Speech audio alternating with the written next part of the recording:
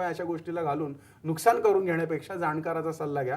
विवाहाच्या योगाच्या बाबतीत म्हणाल तर 2017 मध्ये विवाह एक योग आहे. दुसरा विवाह योग हा 2019 मध्ये सुद्धा आहे.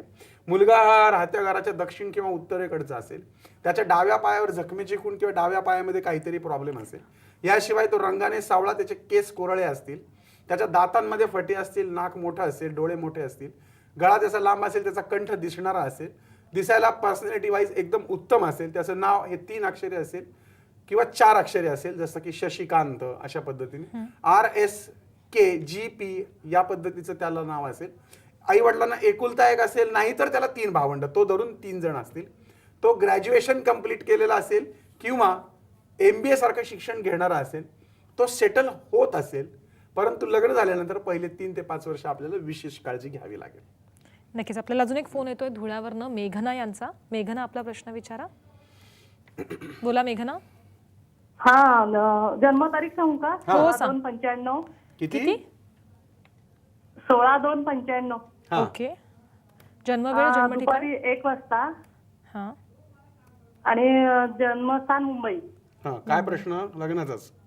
हा, तिच्या लग्नाविषयी विचारायचं. बरं. लग्नाच्या फारच समस्या सध्या दिसतात नाही, म्हणजे आज सुद्धा ज्योतिषशास्त्रीय प्रॅक्टिस करताना लोकांना पैशाचा प्रॉब्लेम नाहीये किंवा नाही. कुठलाही नाही, पण मुलं लग्नाचा- घरामध्ये छानशी असून सुद्धा दिसायला देखणी मुलं असतात, शिकलेली असतात, तरी पण प्रॉब्लेम काय येतात माहिती नाही. सिंहरास आहे. तुमच्या मुलीची अतिगंडा योगाची शांती केली आहे का तुम्ही? माहिती आहे का तुम्हाला? मला वाटतं फोन कट झालेला आहे. सप्तम स्थानामध्ये प्लुटो. Hello hello. हा, बोला बोला. हा, मला माझ्या मुलीविषयी विचारायचंय.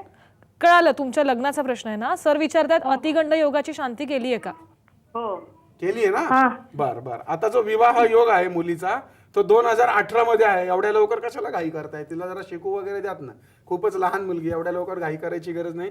2018 मध्ये एक योग आहे, त्याच्यानंतर 2020 मध्ये एक योग आहे. ओके. बरं, तुम्ही अमृताच्या प्रश्नाला जेव्हा उत्तर देत होतात तेव्हा तुम्ही म्हणालात की तुला आधी कुंभ लग्न करावं लागेल किंवा मुलांसाठी असेल तर अर्क लग्न. मला वाटतं फेसबुक पेजवरती पण मला वाटतं मागच्या 2 आठवड्यांपूर्वी पूजा तांगडे आणि संकेत काळे या दोघांनी प्रश्न विचारला आणि आणखी लोकांनी सुद्धा हाच प्रश्न विचारलाय. तर आमच्या प्रेक्षकांना सांगा, कुंभ आणि अर्क विवाह म्हणजे नेमकं काय? ज्यावेळेस अशा पद्धतीने वैवाहिक जीवनाविषयी प्रॉब्लेम होतात, निर्माण होतात, आणि एखाद्या स्त्रीच्या जीवनामध्ये 2 लग्नाचे योग आहेत, 3 लग्नाचे योग आहेत. मी तुम्हाला अशी स्त्री दाखवतो की जिची 8 लग्न झाली आहेत, पण एकही पती तिचा जिवंत राहिला नाही किंवा राहिला तर तो नीट राहिला नाही, म्हणजे डोक्यावरच परिणाम झाला. अशी माझ्याकडे उदाहरणं आहेत. म्हणजे अगदी लाखो लोकांमध्ये एखादं उदाहरण असू शकतं. किंवा ठीक आहे, ती व्यक्ती वाईट असेल किंवा एक नाही टिकला म्हणून दुसरा नाही टिकला म्हणून तिसरा, पण असं एखाद्याचं नशीब असतं. आणि नशिबामध्ये काही गोष्टी अशा, मला वाटतं आपण पुढचा एक भाग घेणार आहोत त्याच्या. आपल्याला एक तुम्ही जरूर पहा, पुढचा आपला जो भाग आहे तो 1 जुलैला आहे. आणि त्या 1 जुलैच्या कार्यक्रमामध्ये आपण विषयच घेणार आहोत, खरंच नशीब असतं का? खरंच नशीब असतं का? आणि खरंच नशीब आपल्याला बदलता येतं का? नक्कीच. जर तुम्ही म्हणताय, म्हणजे मी म्हणत होतो की जे काही लिहिलेलं आहे ते बदलत नाही, तर मग ते म्हणजे नशीब का? किंवा नशिबाला बदलण्यासाठी काही उपाय तोडगे आहेत का? वगैरे वगैरे, है ना. मुळामध्ये हा जो विषय आहे, हा शास्त्रकारांनी जेव्हा उपाय काढलेले असतात त्यावेळेस त्याला परिमार्जन म्हणून काढलेले असतात. होणारी गोष्ट चुकत नाही, हे मी वारंवार सांगतो. फक्त त्याची तीव्रता कमी करण्यासाठीचे उपाय असतात. याच्यावरती अजूनही संशोधन चाललेलं आहे. याच्यावरती अजूनही विद्वानांचे मतभेद आणि विचारभेद अजूनही आहेत. कुंभ विवाह म्हणजे काय? तर कुंभ या शब्दामध्येच लपलेला आहे तो घडा किंवा कलश. कलशस्य मुखे विष्णू कंठे रुद्रा समश्रिता असं म्हणतात. कलशस्य मुखे विष्णू म्हणजे कलशाच्या मुखामध्ये विष्णूचा वास आहे. आणि एखाद्या स्त्रीच्या पत्रिकेमध्ये घटस्फोटाचा योग असेल, पती मृत्यूचा योग असेल, तिचं सप्तम स्थान अतिशय दरिद्री असेल, वाट लागलेली असेल आणि तिच्या पत्रिकेत 100% दिसत असेल बाकीच्या ग्रहांच्या दृष्टी सप्तम स्थान आणि एकंदरीत सुखस्थान या सगळ्याची जर वाट लागलेली असेल, तर तुम्ही हा कुंभ विवाह करू शकता. याची एक पद्धत आहे, तुम्ही तुमच्या जाणकार भटजींना त्या बाबतीत सांगू शकता. जसं लग्न लावलं जातं तशा पद्धतीचंच मंगलाष्टका वगैरे म्हटल्या जातात. कलशामध्ये नारळ स्थापन करून त्यालाही मुंडवल्या बांधल्या जातात आणि प्रत्येकाची पद्धत भिन्न भिन्न आहे. मुलीला मुंडवल्या बांधल्या जातात, त्याच्यामध्ये अंतरपाठ धरला जातो, त्याच्यामध्ये विष्णूची प्रतिमा स्थापन केली जाते आणि विष्णू बरोबर विवाह लावला जातो. आता तुम्ही म्हणाल की हे काय देवाशी लग्न? थोडक्यात काय तर जीवात्म्याचा परमात्म्याशी विवाह. सदेह दुसरा पती आहेच होणारा, परंतु जीवात्म्याचा परमात्म्याशी कुठेतरी आध्यात्मिक तादात्म्य पावण्यासाठी आणि तिच्या पत्रिकेतले दोष हे विष्णूने नष्ट करावेत म्हणून आता जर बघितलं आपण तर कुटुंबवत्सल देवता म्हटली तर आपल्या डोळ्यासमोर पटकन विष्णू येतो. हो. विष्णू लक्ष्मी येते, विष्णू पद्मावती येते आणि पार्वती सुद्धा सुखी सांसारिक जीवन जगते, पण ती लंकेची पार्वती म्हणतो आपण, किंवा तिला आपण स्मशानवाशाची पती म्हणतो. आणि ब्रह्म्याचा तर काही विषयच नाही. मुळामध्ये ब्रह्म्याच्या 4 तोंडाबद्दल सुद्धा खूप लोकांच्या मनात प्रश्न आहे की 4 तोंड म्हणजे काय. मुळामध्ये ब्रह्म्याची 4 तोंड म्हणजे मला वाटतं मी विषयांतर करतोय खरं तर, पण ठीक आहे आपण नंतर कधीतरी बघू जेव्हा नशिबाचा विषय घेऊ तेव्हा. आता मी परत चुकलोय की कुंभविवाह आता येतो परत जागेवरती. तर त्या कुंभाबरोबर विवाह करून त्या पूजनाचं विसर्जन शांती करून तो विवाह संपन्न करायचा, म्हणजे जेणेकरून तिच्या पत्रिकेत 2 लग्नाचे योग असतील तर तो 1 लग्नाचा योग हा त्या कुंभावरती निघून जातो. आणि तिच्या जीवनात दुसऱ्या लग्नाचा प्रसंग येत नाही, अशा पद्धतीची धारणा आहे. आता काही लोक कुंभाबरोबर लग्न लावतात, काही लोक घटाबरोबर लग्न लावतात आणि तो घट फोडून पण टाकतात. आता प्रत्येकाची भिन्न कार्यपद्धती भिन्न भिन्न आहे. आता त्याच घटाला स्फोट करतात, म्हणजे घटस्फोट म्हणतो आपण. आता बहुतांशी वैदिक पद्धतीने केलेल्या याच्यामध्ये मात्र विष्णूचं पूजन करून विष्णू बरोबरच विवाह केला जातो. आणि काही ठिकाणी तांत्रिक पद्धतीने जे विवाह केले जातात त्याच्यामध्ये घटाशी पूजन करून घटस्फोट केला जातो. तो घटस्फोट शब्द त्याच्यावर आलेला आहे. आणि अर्कविवाह मला वाटतं समजून सांगायला तुझा ब्रेक येणार. हो, ब्रेकची वेळ झालेलीच आहे. तर ब्रेक घेऊयात आपण. कुंभविवाह म्हणजे काय हे तर आपल्याला कळालेलं आहे. अर्कविवाह म्हणजे काय हे जाणून घ्यायचंय, पण त्याच्यासाठी थोडंसं थांबावं लागेल. एका छोट्याशा ब्रेकसाठी थांबते, तुम्ही कुठेही जाऊ नका.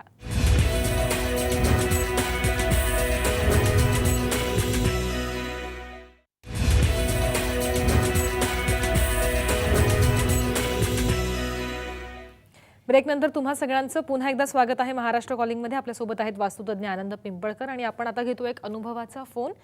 आपल्यासोबत आहेत सुनील तळेकर, ते त्यांचा अनुभव सांगतायत. सर प्लीज तुमचा अनुभव आमच्याबरोबर शेअर करा. सर्वप्रथम मी सॅम टीव्ही वाहिनीचे आभार मानतो. तसेच वास्तुविशारद श्री आनंद पिंपळकर सरांच्या प्रोग्रामसाठी मी शुभेच्छा देतो. मी आपले प्रोग्राम खूप आवर्जून बघत असतो सर. आपले प्रोग्राम खूपच म्हणजे उद्बोधक असतात आणि विज्ञान दृष्टिकोनातून सगळ्यात महत्वाचे असतात. मी खूप आपले पुस्तकं पण खूप छान वाचतो सर आपले. सुनील, तुमचं एक वैशिष्ट्य आहे की तुम्ही तोंडाने वेगवेगळे आवाज काढतात. खूप सुंदर सुंदर आवाज काढताय. आणि म्हणजे आवाज म्हणजे नटांचे काढणं वेगळं आणि काही विशिष्ट यंत्रांचे वगैरे आवाज काढतात. तर सुनील तळेकर हे खूप चांगले व्हॉइस ऍक्टर्स आहेत, म्हणजे मिमिक्री खूप छान करतात आणि ते हस्ताक्षर विश्लेषक आहेत. तुम्ही एक छान आवाज काढता, तुम्ही काढून दाखवाल आपल्या सर्व प्रेक्षकांना? प्रत्येकाच्या घरामध्ये BSNLचा टेलिफोन असतो, टाईप मध्ये बेल असतील ती मला दाखवतो. आणि हे तोंडाने आवाज काढतात बरं का. आई शपथ, कौतुक आहे खरंच. बापरे, एंगेज पण आहे, कायमच एंगेज. महाराष्ट्र कॉलिंगला आमचे फोन असेच एंगेज लागतात सगळ्यांना.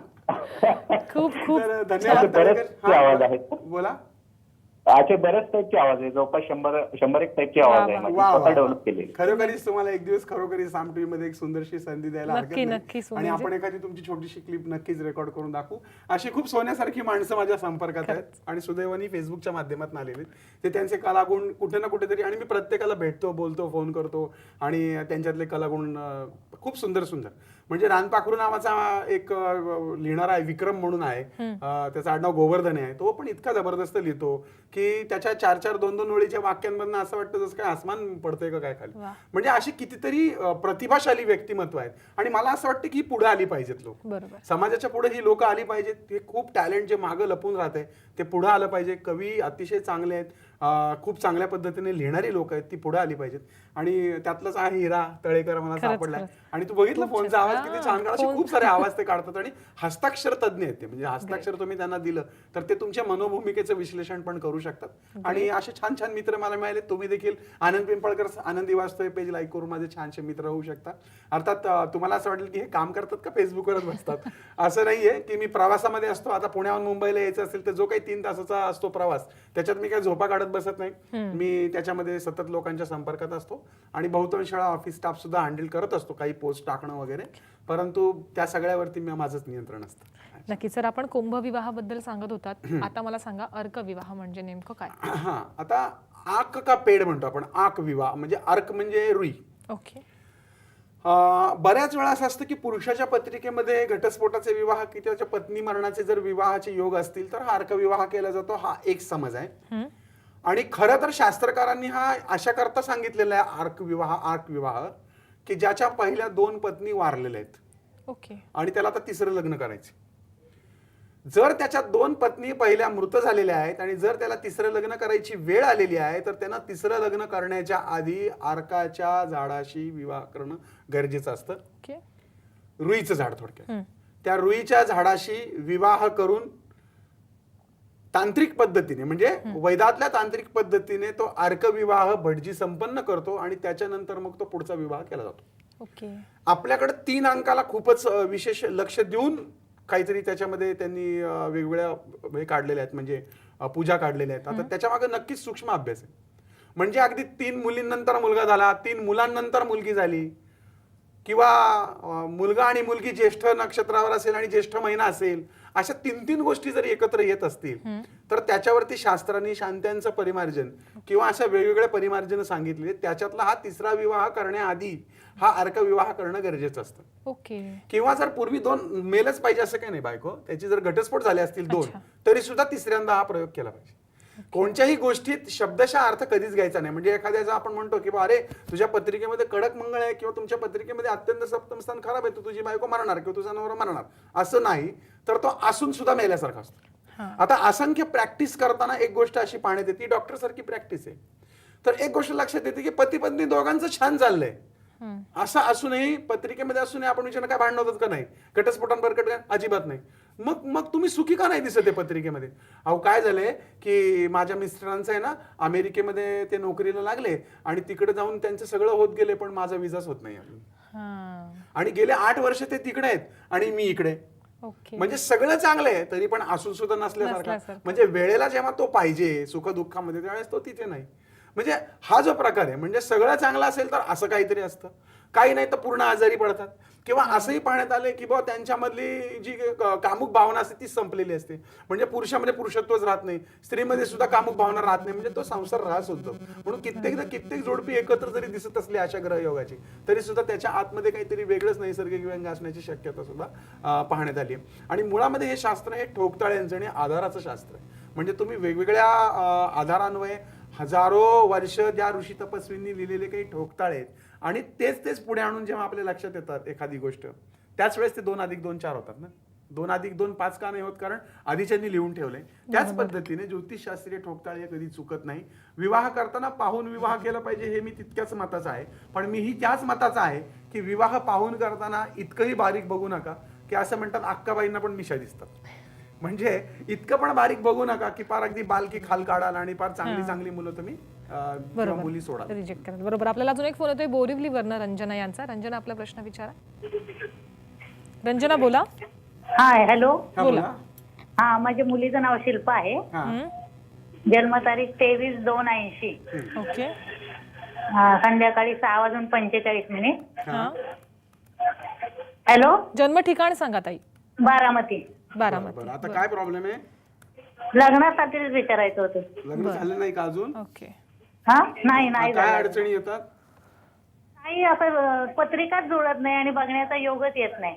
अच्छा. म्हणजे मुलं येतच नाहीत का? तुम्ही प्रयत्न करत नाही किंवा नाव नोंदवलं नाही असं काही झालंय का? आम्ही तिच्या पत्रिकेत वैधृती योग आहे, त्याची शांती केली का? वैधृती योगाची शांती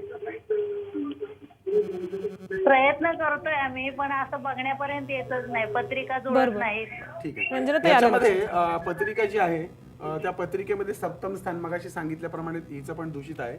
रवी केतू नावाचा एक ग्रहण योग पत्रिकेत आहे सप्तम स्थानामध्ये. या ठिकाणी चांगल्या ज्योतिषाचा तुम्हाला जाणकाराचा आज बघा, आज आपण योगायोगाने कुंभविवाहाचा विषय घेतोय. म्हणजे असा कुठेतरी एक डायलॉग मी ऐकला होता की जेव्हा तुमचा इरादा नेक असेल तेव्हा कायनात पण तुम्हाला मदत करायला लागते. अशा पद्धतीने आपण आज कुंभविवाहाचा विषय घेतो आणि तशाच पद्धतीच्या पत्रिका योगायोगाने येत आहेत. याही पत्रिकेला काही दोष आहे रवी केतू सप्तम स्थानामध्ये असल्यामुळं, आणि म्हणूनच या विवाहामध्ये अडथळे आहेत. मंगळ गुरु राहू हा ब्रह्मचारी दोष देखील पत्रिकेत आहे. यासाठी सविस्तर मार्गदर्शन तुम्ही योग्य जाणकाराकडनं घ्या किंवा माझ्याकडे. पण माझ्याकडे प्रॉब्लेम हा आहे की आता माझ्याकडच्या अपॉइंटमेंट्स फुल आहेत त्यामुळं अवघड आहे. यासाठी आपण एक काही सिस्टीम्स पण चालू केल्यात. तुम्ही खाली जी पट्टी फिरते त्याच्यामध्ये तुम्हाला डिटेल्स माहिती कळूही शकते. पण विवाहाच्या बाबतीमध्ये पत्रिका थोडीशी अडकणारी आहे. वैद्युती योगाची शांती करणं गरजेचं आहे. म्हणजे त्या पत्रिकेत वैद्युती नावाचा दोष आहे. प्रेम विवाहाचे योग यापूर्वी खूप स्ट्रॉंग येऊन गेलेले आहेत. आता मात्र प्रेम विवाह होणार नाही. आता होईल तो अरेंज मॅरेजेस होईल. याही विवाहामध्ये काही अडथळे येण्याची शक्यता आहे. आणि विवाहाचे योग गेल्या वर्षी म्हणजे 2015 मध्ये खूप स्ट्रॉंग होते. आता पुढचे विवाहाचे योग 2017च्या एंडला आणि 18च्या स्टार्टला आहेत. मुलगा रंगाने सावळाच असेल, चेहरा गोल असेल, उंचीनी मध्यम असेल, तब्येतीने सुद्धा मध्यम असेल, 3 अक्षरी नाव असेल, 2 भावंड असतील. नक्कीच महाराष्ट्र कॉलिंगमध्ये ही चर्चा अशी सुरू ठेवतोय, पण घेतोय एक छोटासा ब्रेक. तुम्ही कुठेही जाऊ नका.